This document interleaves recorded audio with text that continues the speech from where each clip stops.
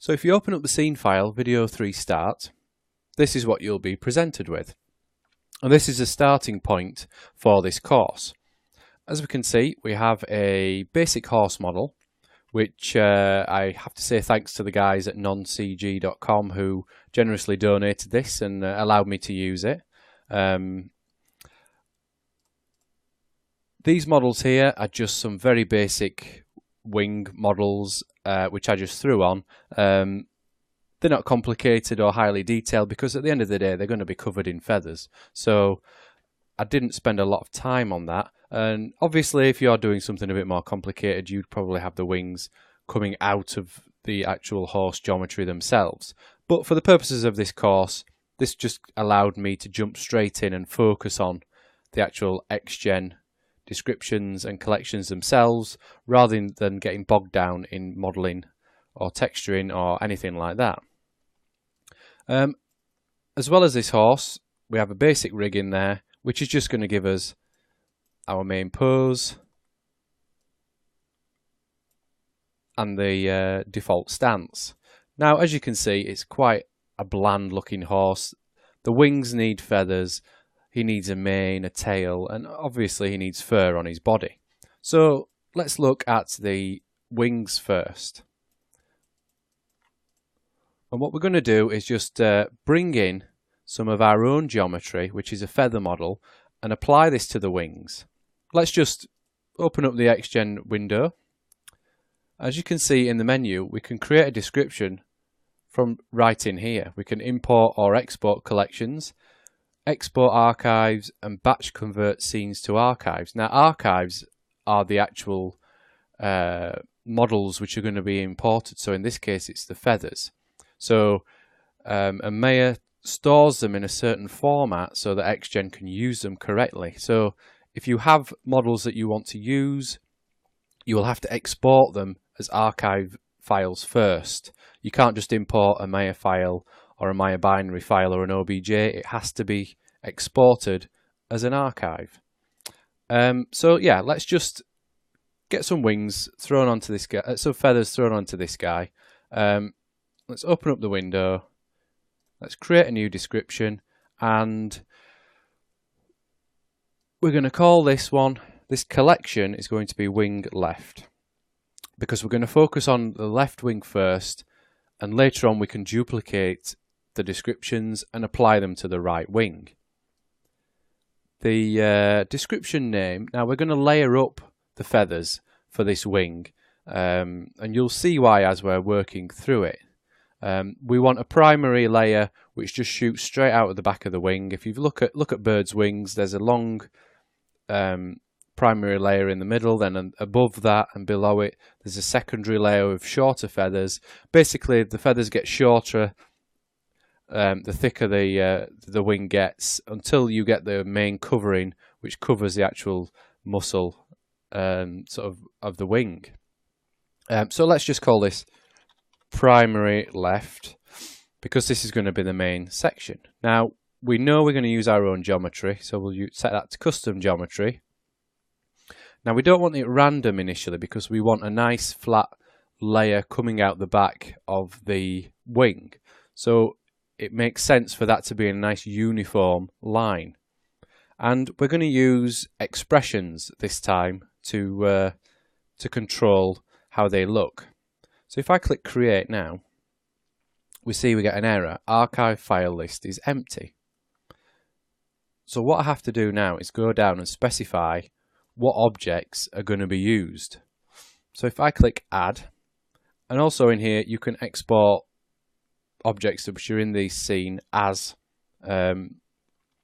archives, and then they're automatically added back. So in this case we have some which have already been exported, so I'm going to click add. And I think so you should have all these as well in the archives folder. And as you can see, we have primary A, B, and we have left and right feathers.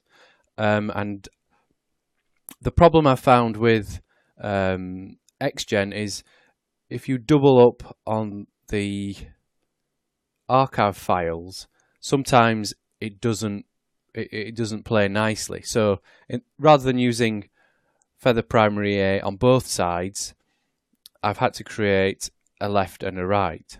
If there's a way around this, then please let me know. But this is just what I was finding as I was playing around with this.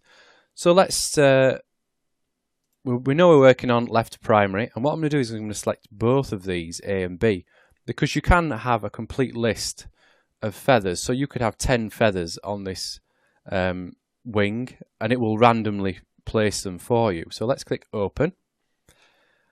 And here we can see it's added those in. And what this is going to do is say, do you want to pull in the materials which were saved out with this object?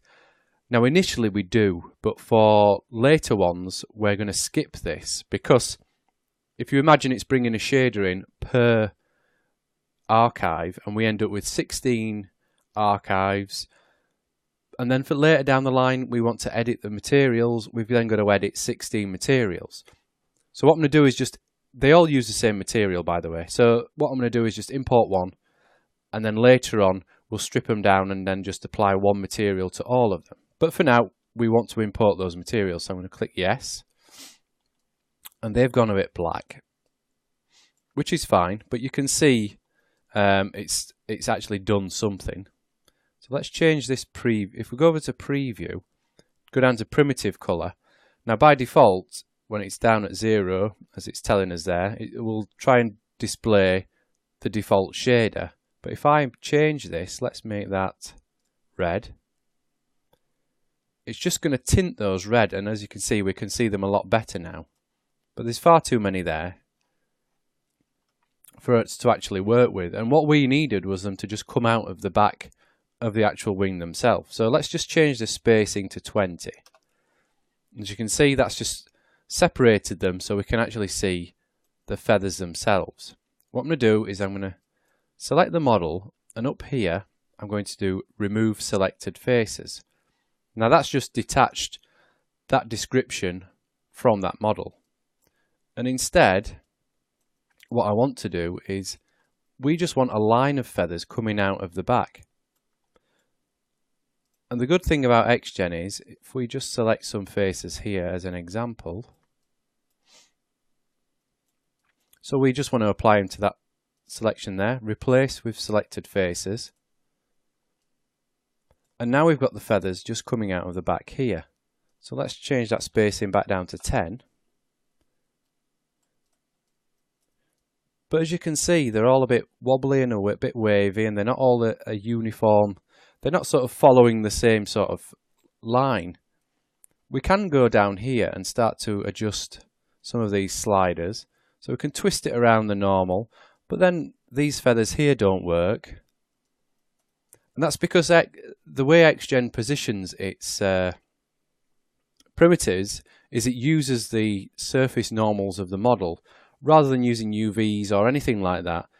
So what these feathers are doing, they're trying to point using the normals of the mesh which is under the wing here. But because this has been modelled and the vertices and faces are all over the place, we're getting a bit more of a random flow of the feathers. So what I'm going to do instead is I'm going to remove everything from these, and instead what I've done is added in a proxy wing. And if you go down here into the layers, we can bring this back up, and we have a left proxy wing and a right proxy wing, and these are just quickly skinned to the same skeleton. So let's just hide the main render wings for now. And as you can see, the proxy wing is a very basic cylinder which was created and then adjusted to loosely fit around the wing model. And ultimately when we come to render, this will be hidden, but it will look like the feathers are coming out of the actual wing itself.